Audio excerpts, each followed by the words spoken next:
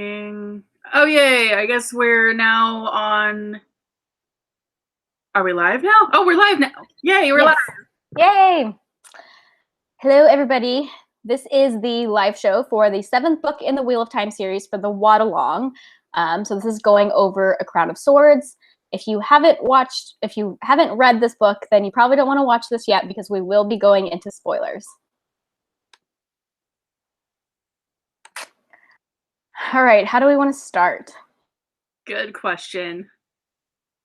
Well, hold on, I'm just pulling up the chat. Okay. Well, first, I guess we'll just start with me saying that I think this one might be my new favorite out of the series. Like, so far, my favorite has been book 4, just because there was a lot of really good reveals and world building, and like I really like that one. Lord of Chaos was a close second after that once I finished that last month. But I think this one takes the cake. Like, I really loved this book, and I didn't feel like it had any issues with the pacing, which I've kind of felt in the last couple of books. There were some sloggy bits, but this one, I didn't feel that way at all. Yeah, I also didn't feel like there were a lot of sloggy bits in this one at all. I still think book 4 is my favorite. But yeah, I feel like a lot did happen in this book. Mm-hmm. This is also the first one that I've read, because, you know, I've read up to book, I don't know, I don't actually remember what's the last book that I read, but I know I read at least 1, if not 2, of the ones that Sanderson wrote. So I think I've read up to like 12 or 13, which is almost the end. I can't believe I never finished the series the first, like, before. But I think this is the first time in the reread where, like, I didn't remember almost any of these scenes. Like, I remember some of the big plot points, but there were so many things in this book that I didn't remember that it felt like I was reading it for the first time almost. And I don't know if maybe that added to why I liked it so much and why it was now going to be my favorite. Like, I don't know how much of a factor that played, but there was also a lot of really cool stuff that happened in this book. Mm-hmm. Yeah. What is something that you thought that really surprised you, or like that you really liked? Well, I think my favorite part of this whole book is just the fact that Lan and Nynaeve actually get back together after several books of not seeing each other. Because I think they are probably my favorite pairing in the series. And Nynaeve is such a badass, but she's gone through so much like random stuff. And so to be able to see that she got back together with Lan was so awesome. Oh my gosh, yeah. Their reunion scene was so funny. I like was laughing out loud reading it. And can you believe that they went and got married right after that? I know, seriously, especially since since Lan even like didn't tell her that Morella, or whatever her name is, intended to pass his bond to her. Like, he made it sound like, oh yeah, whatever. Like, he made it sound like it was not the case. I saw your comment in the discussion board this morning about that, and I agree that like he should have told her that. But my only guess is that the reason why he didn't tell her specifically that she was going to get the bond anyways is that I don't think Lan thinks he's going to live. Like, I think thinks he's going to die. That's the only like reason I can think of that he wouldn't tell her. That's a good That's a good point, because I was totally thinking maybe it was some kind of self-handicapping deal, and I was wondering like why he would say that. But yeah, well, even if he didn't say it, I mean, Nynaeve is determined to get the bond anyways. So I don't think it really matters. No, that made me laugh how she was saying, well, I waited with Moiraine and everything, but now I'm not going to wait anymore. Yeah. Like, yeah, so that was so crazy. And the fact that they went and got married right after, even though Lan was saying like, well, except that, you know, she can feel everything. Yeah. Through the bond, so probably it's not a good idea. Yeah, I love that Nynaeve is so like proper most of the time, but she's like, I don't care. And the fact that they did it on, like, I wish we had seen the scene where they got married and like what all the sea folk made them do, because obviously it's supposed to be really embarrassing, but like, what did they do? Like, I want to know. I know. I kind of wish that hadn't happened off scene as well. But yeah, after so many books of not even seeing each other, and especially since they were kind of doubting that they would get that chance with each other and everything for a good while there, Yeah. just because of Moiraine dying and all kinds of stuff, and Nynaeve thinking that he wasn't going to show back up, and the fact that he did. Yeah, I just thought that was so awesome. Yeah, no, I love that too. Although I was kind of surprised. Well, okay, and it was his timing was obviously amazing. Like she was about to die, and he saved her. But I was a little surprised she didn't ask more questions about how he found her. Like he said, he went to the palace, I think, and like they told him that she was on her way to the Sea Folk. But like she didn't ask him any questions about how did he know that she was in Ebu Dar. Yeah. I mean, we know because, you know, we saw Egwene tell him to go to her, but like she didn't even ask any of those questions. She's just like, "You're here." I thought that was pretty funny. Yeah, I thought that was really funny. Speaking of funny pairings, Matt and Queen Tyland. Oh my god, that was hilarious. So funny. And there were a few times that I was like, okay, he's obviously trying to say no, but she's pushing him. Like, is this bordering on like, you know, going against his wishes? Is this a little bit of like, is this a little rapey and that's just very toned down and I'm not picking up on it? But I mean, obviously he seems to enjoy it a little bit. Like I think he doesn't want to do it because he thinks it's not proper, but I don't think he was actually being forced because at the end when he's leaving, he's like, "Oh, I'm going to miss her too," which I thought was hilarious. But there were a few moments that I was like, "She's being really pushy here." Mm-hmm. No, I totally thought the same thing. I was thinking like, wow, she's just really not taking no for an answer, like seriously. But then the part where she gives him earrings and he's like, dang it, I give women presents. Why does a woman give me presents? Why? Yeah, that was so funny. I'm annoyed that he wasn't the one to like give her something instead and all that stuff. And it's like, yeah, he likes her too.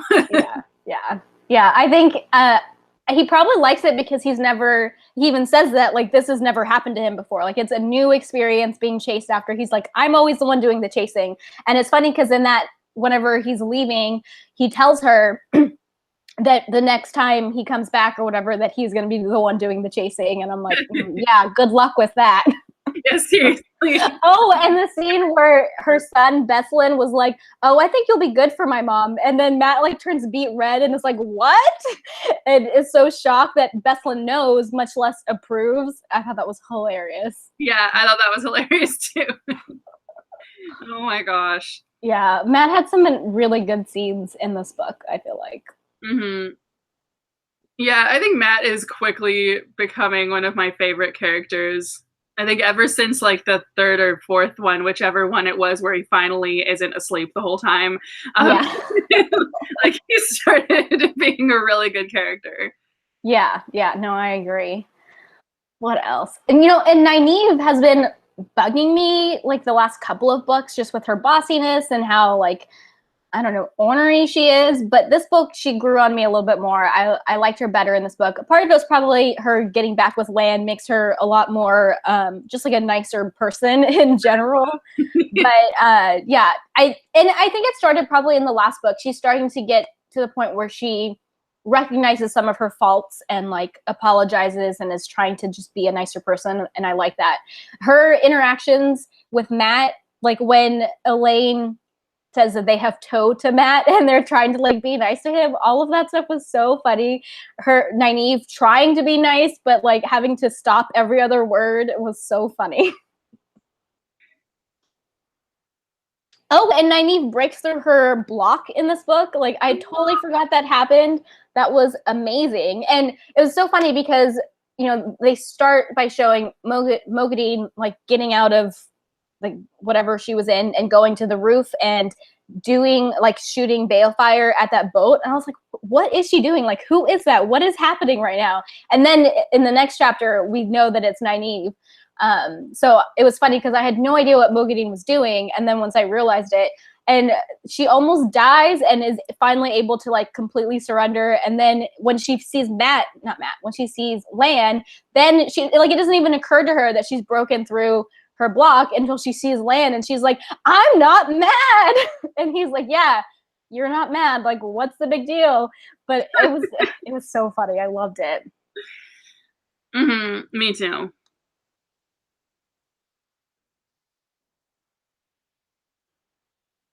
Let's see. I'm just going to go through the little chapter summaries I have.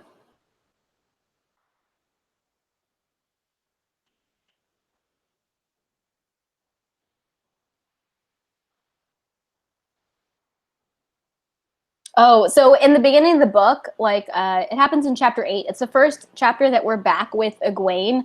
I was like so confused because I guess we like went back in time, but you know, we see Egwene and she's doing various stuff, and then she feels Moghedien get released, or Moghedien. I think it's Moghedien. I have such a hard time with that name. Me too. I think it's actually kind of weird because the audiobook, they switched it.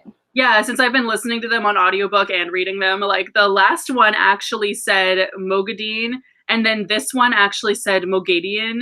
And yeah. I kept being like really confused. I was thinking they definitely switched the pronunciation of that name on me. Yeah, I had to look it up because I was like, am I crazy? Because I swear they were saying Moghedien, and now they're saying Moghedien. So yeah, they switched it. Yeah, apparently it might switch a couple more times going through too. Like, I guess they couldn't remember how to say it. Oh my God.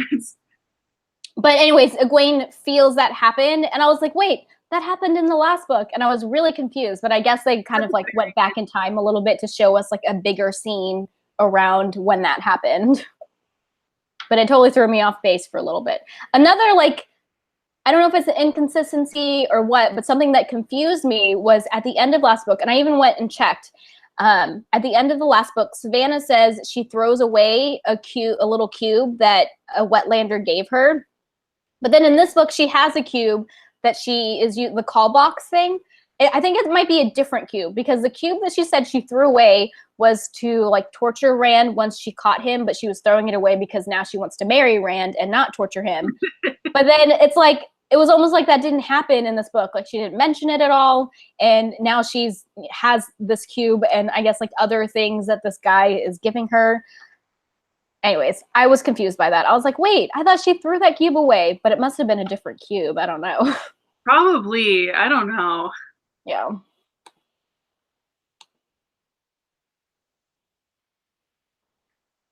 And then Rand and Min finally get together in this book. I almost forgot.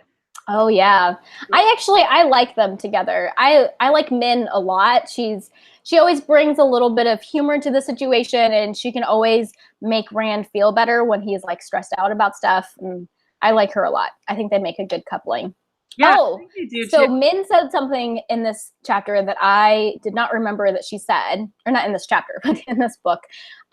She's talking about, how did it happen? So when Rand is like all upset and is kind of like secluded in his room, and then she goes in there to try and make him feel better, but they get into a fight, and she says something about like, I've only told you he tries to send her away is what it is, because he's like, everyone around me dies, I'm gonna hurt you, so you have to leave. And she's like, I've only told you half the things that I've seen. And then later we learn that the one viewing she's had that she said has failed is that, yes. I know, like that's seriously made me think that Moiraine is not really dead in some way. I mean, I kind of think so too, because her visions are never wrong. So I feel like that's got to be a hint. I don't know. Mm-hmm. Yeah, exactly. Like I was totally thinking about that too, because I still have just not been convinced this whole time that Moiraine is really dead. Even though her bond with Lan broke, so obviously she something. Yeah. There's just no way somehow. Because I mean, a lot of the stuff that she's said kind of implied that she didn't know she was going to die or anything like that. And it seems like she had it really planned out. And so I seriously have been wondering if she's not really dead. But Min saying that really like made me think that she's not really dead. Yeah. No, I mean, it's been multiple books since Moraine's been gone. So I don't know. I am very suspicious based on what Min said right there. So yeah, really. Yeah. Made me really excited. But yeah, I am kind of relieved that Min was correct in her being the third person because that Rand would yeah. be in love with. Because I was afraid that maybe she was wrong. Yeah, that maybe she knew that it was 3 different people and assumed that she was one of them because she was in love with him. Mm-hmm. So I was afraid that like, oh, she's just assuming that she's one of them. She didn't actually know that or something like that. But Mm-hmm. awesome that she actually did know that and that did really happen. Yeah, and that Rand actually does see her that way. Even though I think he was like in denial. He kept saying that she was just a friend. But no, there's definitely more there. And their like scene where they started kissing was so cute. Guys and blah blah blah. Like, yeah. yeah. It was really speaking of one of the guys, that reminds me of like when Matt and Brigitta get to be friends and he's just like shocked because he's never felt like platonic feelings towards another girl, I guess. Brigitta is one of my favorite characters. When she got like pulled out of Teleron Riyadh, I was like so excited that she was part of the story because I love her so much. And her interactions with Matt are just hilarious. mm-hmm. Yeah, I think she's pretty awesome. Yeah, for sure.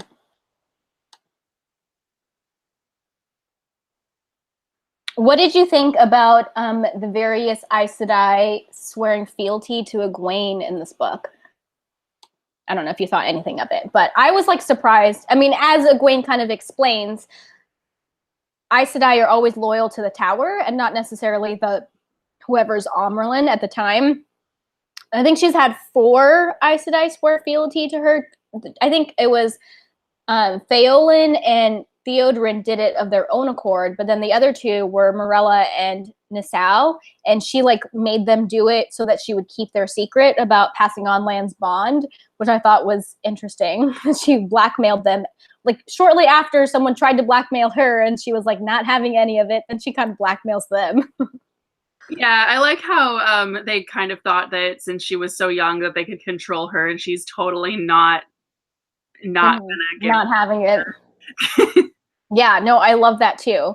And actually, it was really interesting because the meeting that she has with the wise ones in Teleron Riyadh, and she tells them that she's now Amyrlin, and from that scene, we can tell because the wise ones don't tell her about Dumais Wells and like what happened and what's going on with the Saludar Aes Sedai that have come, because she's trying to ask them all these questions and they're like being really evasive about it. So obviously, even though they, like Egwene or have feelings for Egwene, now that she's in this position of power, they aren't being completely open with her, which I thought was really interesting.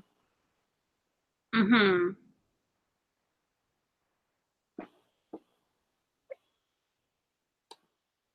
I think in a way that kind of makes sense though. Yeah.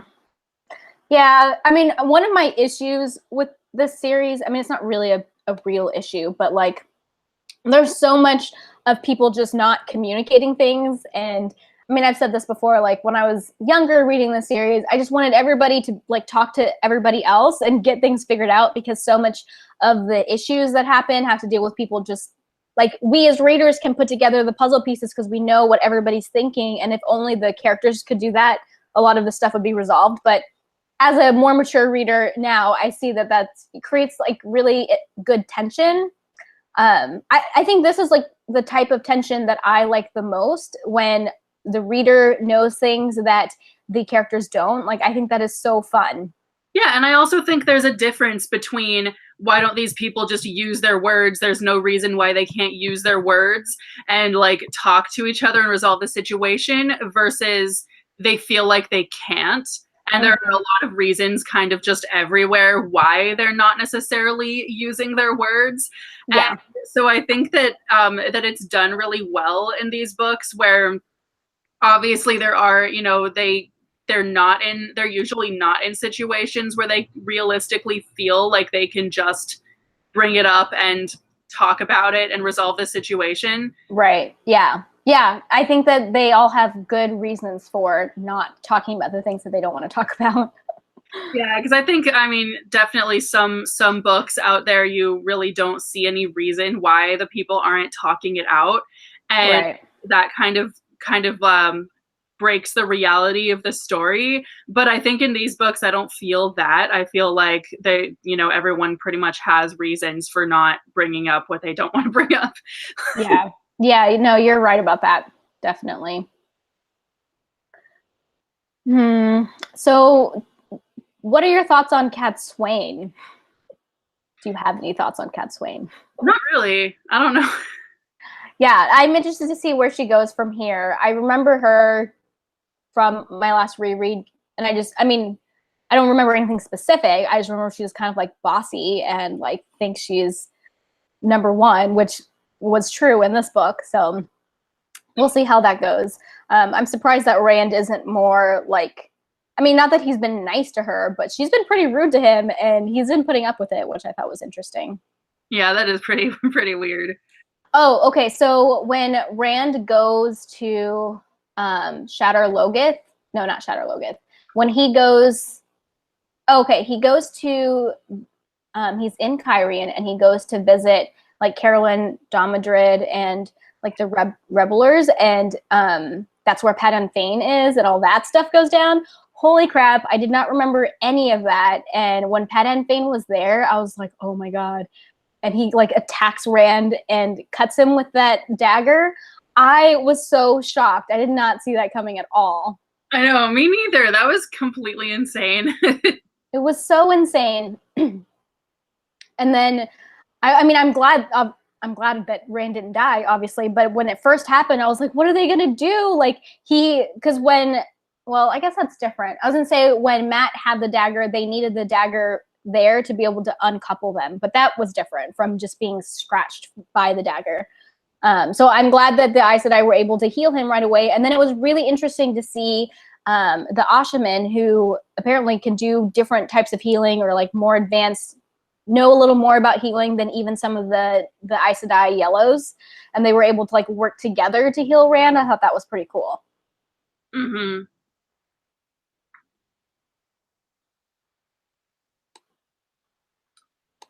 I did think it was pretty crazy that they thought that what's-her-name was Moiraine for a second. Yeah. Well, because she's related. Yeah. I don't know if you caught, okay, yeah. That she's related to her. Probably she's a cousin or something, I would think. But we don't know how old Moiraine really is. So speaking of Aes Sedai age, I thought it was crazy that the women who are in the kin are so much older than the Aes Sedai that are living. Yeah, that is kind of insane. Yeah, and I wonder what could be causing that? Why is that different? Like, I don't know. I'm sure we'll learn more about it. But maybe it has to do with like not using the power as much, but that doesn't really make sense either. I don't know. Because using the power is what makes you young to begin with, right? So yeah, but it makes me wonder about like the Aiel Wise Ones, how those people who can channel, like, are they living longer than Aes Sedai? Or are the Sea Folk Windfinders living longer than Aes Sedai? I don't know. It's always really weird to me that I seem to not be able to not picture some of the Aes Sedai as middle-aged ladies. I don't know why. I just automatically picture like so many of them as just middle-aged women, and I have to be like, no, they're supposed to not look very old at all. Like, yeah. Well, and it's hard to know what an ageless face is supposed to look like, like we don't have an example of that. And that's actually something that I've thought a lot about, because they're trying to create a TV show. I think Amazon is like looking at it right now or something, but like how would they convey that on the screen? Like, I don't know. What I always think of is, so in Lord of the Rings, Elrond is described as having an ageless face where you really can't tell how old he's supposed to look because he could be at just about any age. Yeah. So he's played by a dude who makes him look like, he basically could be any age. He's older than like 30 or something, but at the same time, it's not like he looks middle-aged or old or anything per se.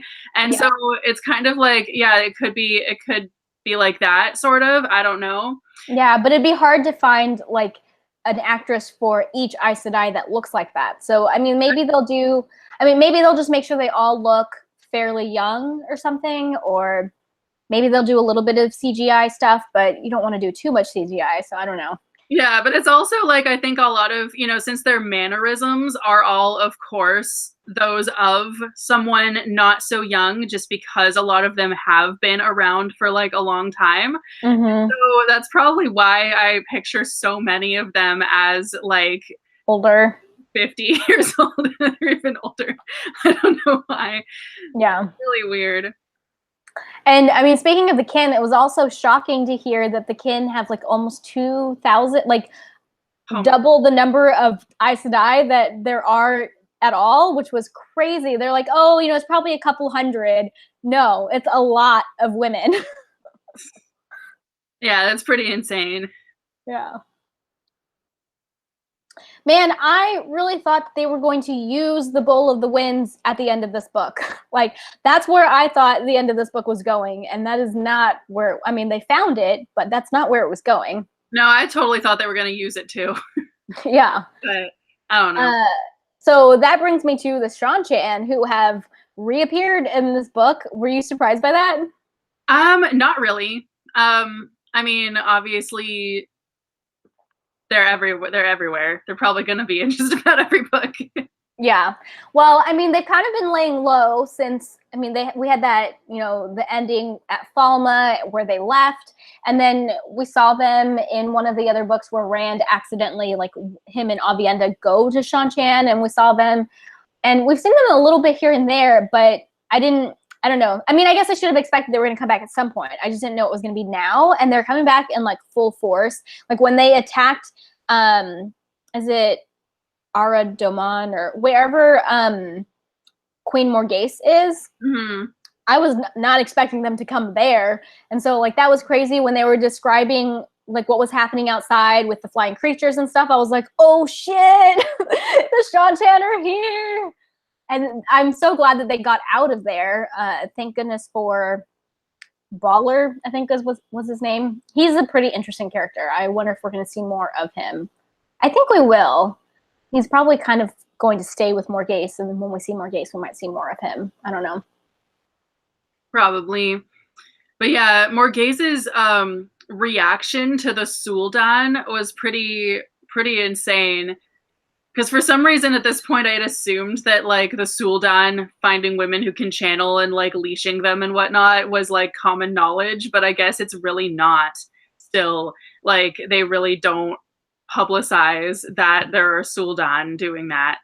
Yeah. I mean, I think a lot of people who were far from where Falma was have, heard the rumors, but they don't necessarily believe them. They think they're rumors, like even the White Cloak commander who died in this book, he was getting reports of the Seanchan and stuff, and he was like, this is ridiculous. Like, this is a madman writing to me. He didn't believe it at all. Luckily, or I guess maybe not luckily, like, kind of wish he had lived to see that he was wrong, but he died before the Seanchan came. Yeah, really. I mean, it is kind of insane. But yeah, it's kind of, yeah, it's just super weird how Morghese is like so surprised that the woman who can channel just like, and it like sends shivers down her spine, basically. Mm-hmm. Well, and then one of the servants was the queen, or used to be the queen of somewhere, Amathera. Oh yeah. Mm-hmm. Yeah. So that was pretty crazy. And then so Morghese's reaction after that is to say those words that basically abdicates her throne, and she was about to like jump out a window. Luckily, Limi and whoever else, Brianna, was there and like stopped her, but she was about to kill herself. She's crazy. Yeah, I mean, yeah, that's pretty insane. I mean, I kind of wondered at that whole her saying those words that basically that abdicates the throne and whatnot to Elaine, and I kept wondering how, like, because obviously saying those words themselves don't like make Elaine know that or anything like that, that she's that her mother is passing on the like to her or anything like that. So I kind of wondered what the point of that necessarily was, other than that's some kind of tradition ritual thing. Yeah, I mean, I think it is some sort of tradition. I think it was her way of like protecting the throne, because the Shanchan were trying to say that she needs to rule her kingdom and like give the oath to the Shanchan, and basically by doing this she's saying that they she's rule. not queen. That she's not queen anymore, so she can't give the Shanchan that power. Mm-hmm. But you're right. I mean, Elaine has no way of knowing, but Elaine also thinks her mom is dead. So it's kind of a moot point, really. Yep, this is true. Yeah, she already thinks she's going to be queen, or is queen, or whatever. Yeah, it's kind of weird how long it's been since, like, so Elaine has thought that her mother was dead for, like, a couple books now. Yeah, you'd think she'd go back home so that she could take over. But, I mean, she's had more important things to do. Which is pretty insane. Yeah, it is. It is.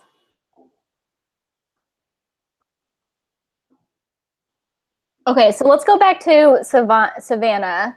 And she keeps meeting with this wetlander who keeps giving her stuff to use. So we learn in this book that guy is actually Samael, and he actually brings Greyandal with him in disguise.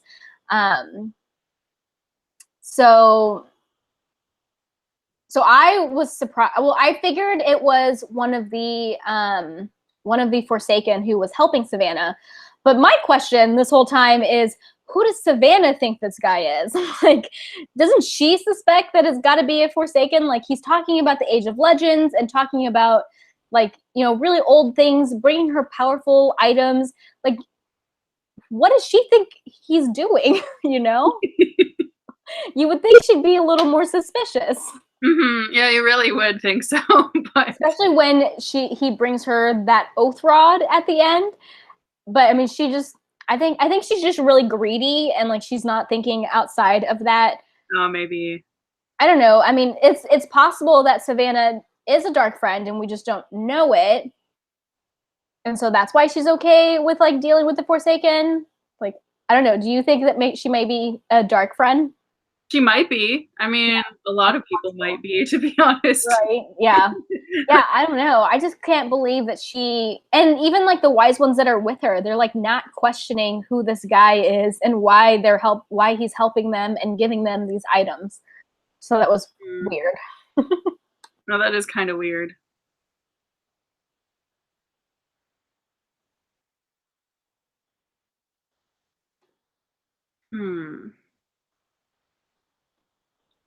Oh, and then so when we see Samael and Grandal with Savannah, we also see someone watching them. That's Moradin or Moradine. I don't know how to say his name. So that's like a new character we've been introduced to in this book. He also shows up later because he's the one who controls Mogadine's mind trap, which was also a really interesting. The Age of Legends had so many interesting items, right? Yeah. So yeah, this Moradine guy is really interesting because he's talking about accessing is it called the true power or the true source or something like that? It's like something different from the one power. And he has those black flecks going across his eyes. That's like a side effect of accessing that power. So those are all interesting things that we're barely like introduced to in this book. Mm-hmm. Yeah. He definitely came across as a very intriguing character. Yeah. Yeah, I almost pictured him to look like Rand at first because of just how he was described for some reason. And so for some reason, I started thinking about, like, is Rand related to him in some weird way? But he's not, like, entirely human or whatever it is. So I don't know. Yeah, I don't know either. Hopefully we learn more about that. Yeah, I don't even know.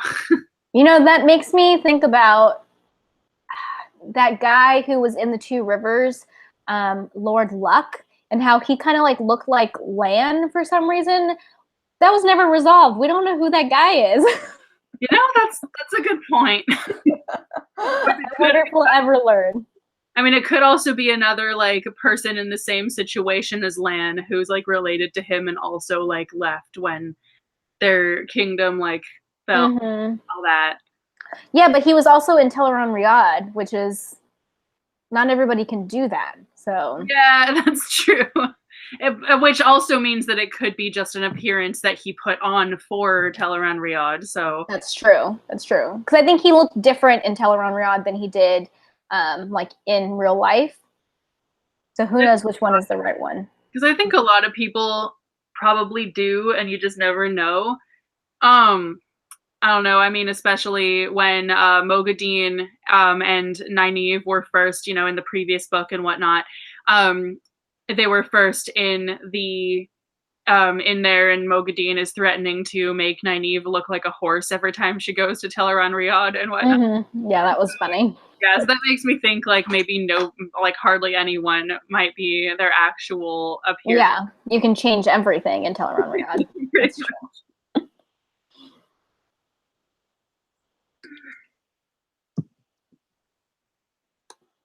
Trying to think if there's anything else to talk about.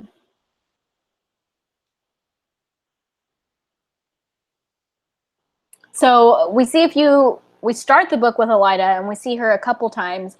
I thought it was interesting, the scene where she learns that Galena has failed, and basically that all these Aes Sedai have died and more are going to die because she sent a bunch to deal with the Black Tower, and it's like all her fault. And so then Alviren basically starts blackmailing her to do what the Black Aja want, I guess. I don't know. Oh, and so it was really funny because, okay, so Elida goes to another Aes Sedai, Siane or something, and Elida wants this other Aes Sedai to gather information on people who are being like treasonous, because basically she wants to find evidence that Alviren is doing treason so that she can like get rid of her or whatever. And then this lady like totally misinterprets it and thinks that Elida wants her to hunt the Black Aja. Did you notice that? I forgot all about that. Yeah, that made me laugh. And I actually like did a double take. I was like, wait, is that really what Elida was asking? And I went back and looked and I was like, no, Elida's definitely thinking for herself and just wants to find evidence that Alviren is doing something wrong so that she can like get rid of her. But this lady's like, no, we need to ferret out the Black Aja. Elida said so. It's so funny. Oh my gosh. Which is pretty insane. Right.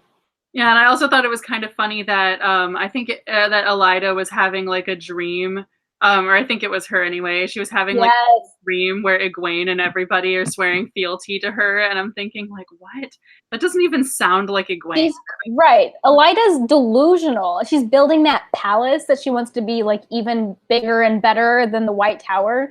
And it's like, Amaryllis don't have palaces. Like, you're crazy. And you're right. In that dream, she's like, everyone's like bowing down to her and like apologizing and groveling. She's insane. Like, she has. And like, that's out of character for all those people. It's so unrealistic. Yeah, and so I was listening to that part on audiobook, and I'm just like driving along, and I'm thinking like, wait, no, this isn't real. It was just a dream. That makes no sense. Right. Why did you think that would even happen? Oh, so we were slightly introduced in the epilogue of the last book to the idea of a golem, and how he like, so the golem was first introduced in the epilogue where he tears apart Herod Fell. But then we see him in action in this book, and we learn more about what a golem is. And I thought that was so interesting. You know, I've read about golems in other books. Usually they're, you know, magical creatures made out of clay. Mm-hmm. And so I thought this twist on it was really interesting. The fact that they don't have any bones. I mean, basically they're made out of clay, and they can like squeeze, you know, under doors and things like that. Like they can get away. Yeah, that is really weird. Yeah, and the one power doesn't affect them. But Matt's little medallion will like hurt him, which I thought was really cool. Yeah, because that is a really weird twist on golems, come to think of it. Because, yeah, pretty much, I mean, it makes sense that if they're made out of clay, they should be able to just go Smush, yeah. into anything. Anything, yeah. But Yeah, I yeah, really like that. somehow that's never quite happened in anything else I've read or seen or any of that. Yeah. It's a unique twist on the golem myth that fits within the world because he ties in the one power. They were created with the one power, but they're immune to it and can sense it and that kind of stuff. So the Wolf Brothers to me is also a like twist on werewolves, and then we have these golems, which was like a little bit of a twist on typical golems. And it occurred to me while I was reading this book that in a way the Aes Sedai are kind of a twist on the Fae because they can't lie. I mean, they can, but once they take the oath rod, they can't lie. And people are always suspicious of what Aes Sedai say because they can be like tricky with their words, and what they say is not really what you think that they're saying, which is like part of the Fae lore as well. So I thought that was really interesting. And they like live a really long time like Fae do. I'd never made that connection before, and I don't know if it was intentional or anything like that, but I definitely made that connection while I was reading it this time. Yeah, that is a really good point. Like, yeah, I didn't think of that at all either. Yeah. I was watching some video where someone was talking about a book that had Fae in it and talking about how like they can't lie and they, are really tricky with their words. And I was like, oh my God, that's Aes Sedai. Yeah, pretty much. And even just honestly, when you think about the magic system and everything of both and how channeling could easily be a lot like what your typical Fae do in books. Yeah, because it's all nature based, right? Like elemental and stuff. Yeah, totally.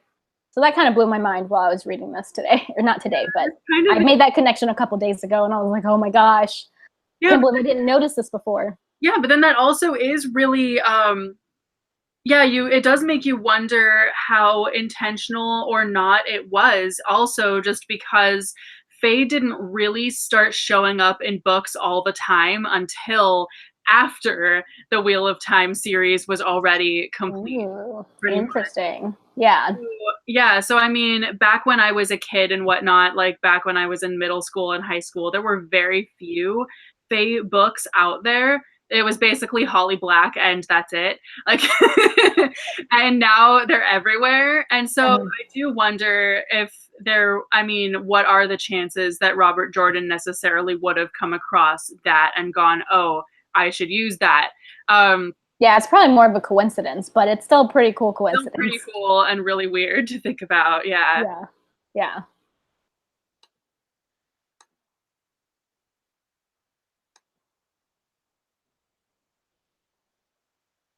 Okay, so we talked a little bit about how Thane shows up and cuts Rand with that dagger from Shatter Logoth. And then after that, we have the scenes with the Bowl of the Wind. We talked about that stuff. I love that Nynaeve and Elaine keep trying to use Matt's like Taviran ness to like make things happen, like find the bowl, and then he makes the Windfinders agree to leave with the girls, even though they don't want to be far from the ocean. And it's so funny when they describe like these women saying these words, and they're just like shocked that those words are coming out of their mouth. And it happened to Rand a couple times in this book too. And it's just always so funny to see people being shocked by what they're doing. And it was a really good thing that, well, obviously that they left, but also that before this, the kin start sending a lot of their women out of the city too. And it's so good that they started to do that, because then the Shan-Chan show up, and they would have all been captured and made into like Domain or Damani if they had stayed. So that kind of worked out in their favor. Yeah, pretty much. I could not believe it when they were getting ready to leave and they couldn't find Oliver. I was like, what? You guys need to leave. And then the Shan-Chan show up, and I'm just like, oh my God, how are they going to ever find Oliver? Like he still hadn't found Oliver by the end of it. And I mean, they kind of left us hanging because I think like a wall falls on top of Matt, and like that's it. We don't know what happens to him. I mean, I don't think he's dead. Like, yeah, I don't think he's dead. He's too important, and we would have seen his death, I think. So, But I mean, what is he going to do? Luckily, you know, Matt can't channel, so he doesn't have to worry about that. He can probably just take the oath and be able to do whatever he wants. But like, where's Oliver? I want to know where Oliver is, and I hope he's safe. Yeah, really. And hopefully Matt can meet up with everybody at some point. Although, I wonder if this is how the Daughter of the Nine Moons comes into play. Because we've had a few hints already that the Daughter of the Nine Moons, who Matt is supposed to marry, is some sort of Shan-Chan royalty or something. So like now that he's in the same city as some Shan-Chan, I wonder if that storyline is going to develop, or oh, what if the Daughter of the Nine Moons shows up and he's still in the same city and Tylan is there too and they like fight over him or something? Oh my gosh, that'd be so funny. No, that would be really, really crazy to see for sure. Yeah.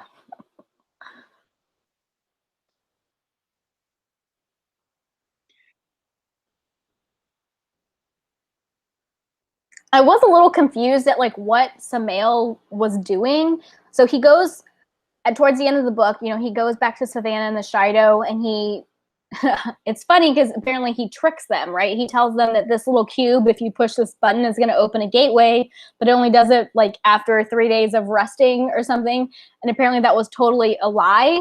He tells Grandal that, or I guess Grandal says like, oh, that was funny what you did.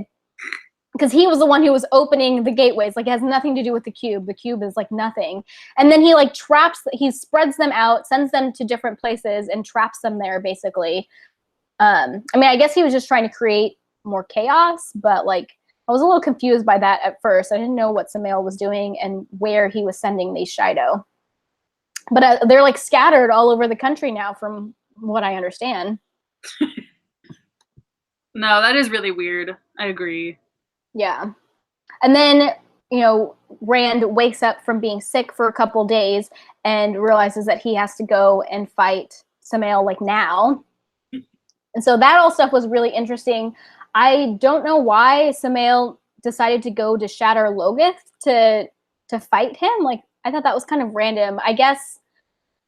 Oh, okay. So when they're in Shatter Logoth, I think, or maybe before they go. No, I think it was in Shatter Logoth.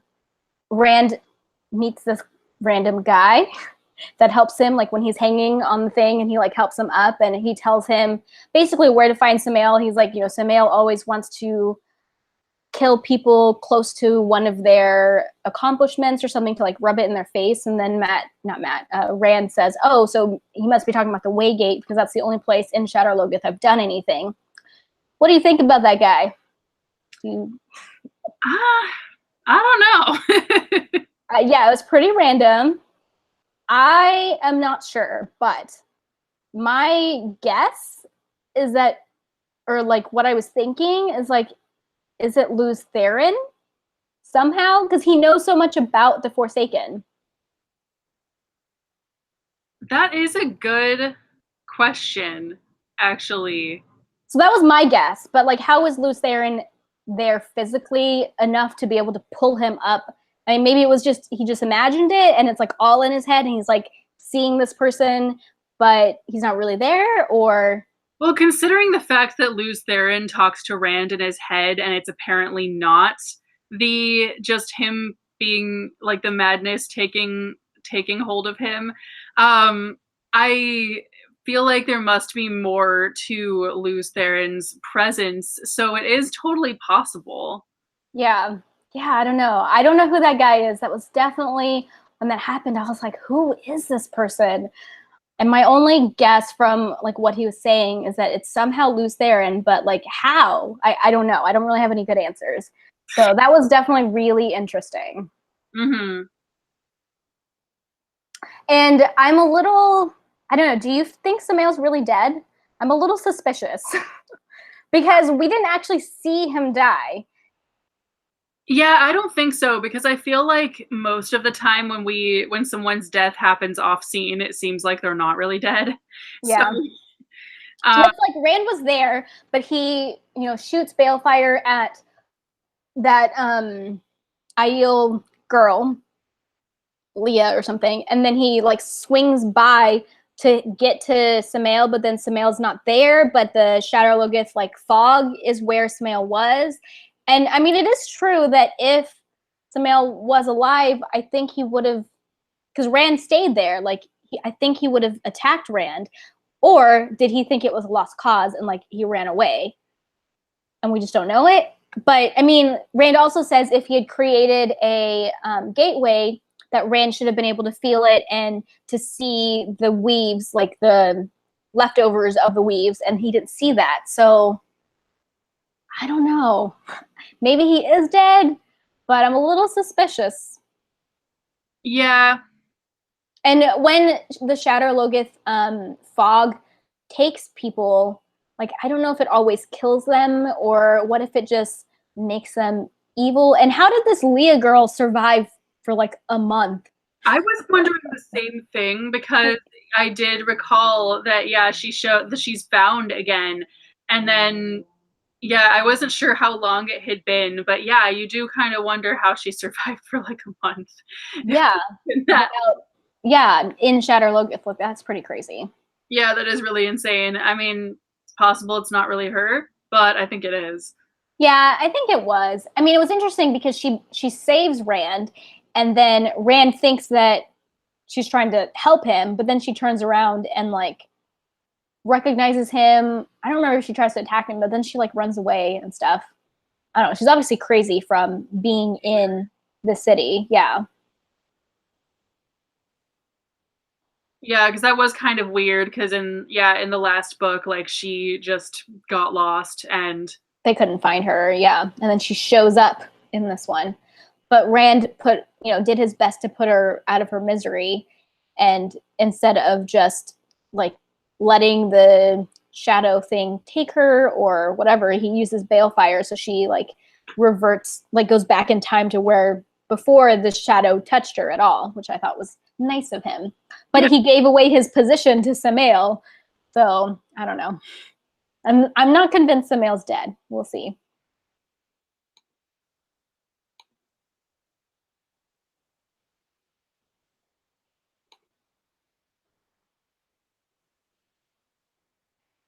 yeah, pretty much anyone who dies in this book might not be dead or in this series. Yeah. Well, I can't think of anything else to talk about. I think we covered most of it. I mean, we did talk for almost the whole time, so that's good. Yeah, pretty much. There's a lot of stuff to unpack in this one. I'm excited for the next one. Yeah, me too. Yeah, and the next one's only like 700 pages or something. It's like How many pages was this one? I felt like this one was shorter too, right? It was shorter too. It was only like 800 pages or something like that. The next one's even shorter? That's good. Yeah, it's weird. Yeah. Well, I'm glad. I feel like the last couple of books, like Lord of Chaos and Fires of Heaven, were really long. Yeah. They were really long. I feel like they had a little bit too much fluff. Like, Robert Jordan's really descriptive and he tends to be a little repetitive. So I feel like those books had more of those things than this one did. Like, I feel like this one was a lot snappier. I'm doing these chapter summaries for the discussion boards and stuff, and it helps me with my book diaries and stuff anyways. But I definitely noticed a difference between the last two books and this one. The chapter summaries were like easier to do because there was less fluff in there. Yeah, and like when I was going over like yesterday or the day before, I was going over the sort of just the chapter summaries to refresh my memory since I read the book so early in the month. Right. I wanted to make sure that I remembered like what I had wanted to talk about and all of that. And so I was going through them and it felt like that like it was so easy to get through that I went into the next book, like the next book and went, that didn't happen. And then I realized, oh no, that's the first chapter of the next book. I didn't realize it would go by that fast. Yeah. Yeah, that's funny.